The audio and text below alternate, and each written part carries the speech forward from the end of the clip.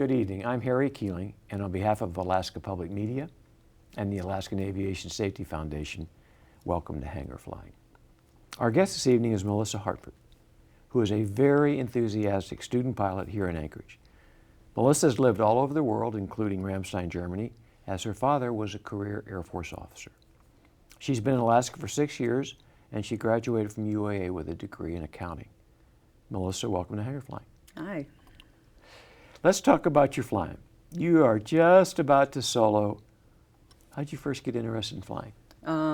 Well, I first got interested in my first experience flying. I had the opportunity to fly in a Beaver with a group of people over to Whittier, and in that short flight, I was absolutely amazed with everything that I saw. The wildlife, the mountains, just everything was so beautiful and spectacular, and would put anybody in awe. Have you flown much after that? Yes, I've had several opportunities to fly with several friends who are in aviation and pilots, and I was just inspired to start flying this last summer. So now you're trying to get your license. Yes, I'm working on it now. So you completed ground school at UAA, right? Mm-hmm. Were you flying at the same time? Yes, I found my CFI is Jamie Symes Patterson, and she is the owner and operator of Skytrek Alaska out of Merrill Field, and she is great. Jamie is a very successful woman, CFI, and I'm glad to hear she's your instructor. Let's talk a little bit about women in aviation. The fact of the matter is the number of females is still well below the National Geographic of male and females. I would call you a role model for young, aspiring female pilots because you're getting your license. But what is your vision for women in aviation?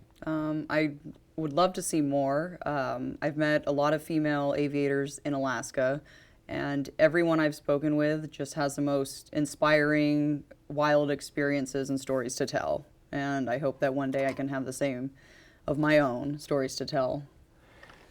Well, let's say you have, because I mean you got probably 20 or so hours. You're going to solo. You've got stories to tell. You've probably got some advice. What kind of advice would you give a young woman who's out there in the audience saying, you know what, I might like to become a pilot? I think for young women and anyone who wants to become a pilot in general, I think it's very important to shop around for the right CFI because they will play a huge role in shaping the pilot you become. How about frequency of flying? I fly once a week, but I almost feel like it's not enough. I would say fly as much as you can, at minimum twice a week. When you're first starting to learn flying, it's a lot to take in, it's a lot to absorb, and after every lesson, I find myself very mentally exhausted. It's hard work. Yeah, oh yeah.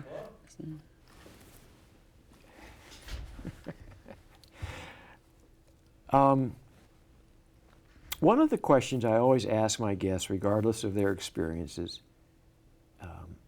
what one improvement or procedure do you think would make flying safer in Alaska? Well, before I started flight instruction, I didn't understand, I didn't know that pilots had to do pre-flight inspection. And everyone I've flown with before never did a pre-flight inspection. And so I think that's critical because in a lot of the articles I've read for airplane crashes, it seems like a lot of lives could have been spared if they would have checked something before they took off. And I would definitely say, don't ever think it won't happen to you. Sure. So maybe there's another nugget in there in that because you're becoming a pilot, you may see things that some of your friends or people you fly with you don't want to emulate. There may be some things you would like to, with the good pilots, but the fact of the matter is and pre-flight is one of them. The other thing I would recommend is doing a post-flight. Even fewer pilots do post-flights, but sometimes you can discover damage that was done to the airplane that you didn't know was there. So, your solo's coming up? Should be very soon. Talk about that. Are you excited? Are you nervous? Or? I'll probably be excited and very nervous at the same time, but I'll pull it together and make it happen. What part of your training is hardest? Is it landing? No, actually, the most difficult my biggest difficulty in flying was tower communications. I don't know why. I would just find myself, I would freeze up and my flight instructor would have to take over for me, but I've definitely overcome that, and I'm a lot more proficient now. Well, you know, you're not alone. And even amongst experienced pilots, good communication with the ground control it's a real art. The only thing I would suggest from a few years of experience is find a quiet place around the house and practice it without anybody listening, but just practice what your calls are, you know, who you are, where you are, what you want. But well, I'm excited. I want to hear about your experience on your solo, and I really appreciate you being on the program tonight. Yeah, thanks for having me. Thanks. Ladies and gentlemen, I hope you enjoyed tonight's program, brought to you by the Alaskan Aviation Safety Foundation.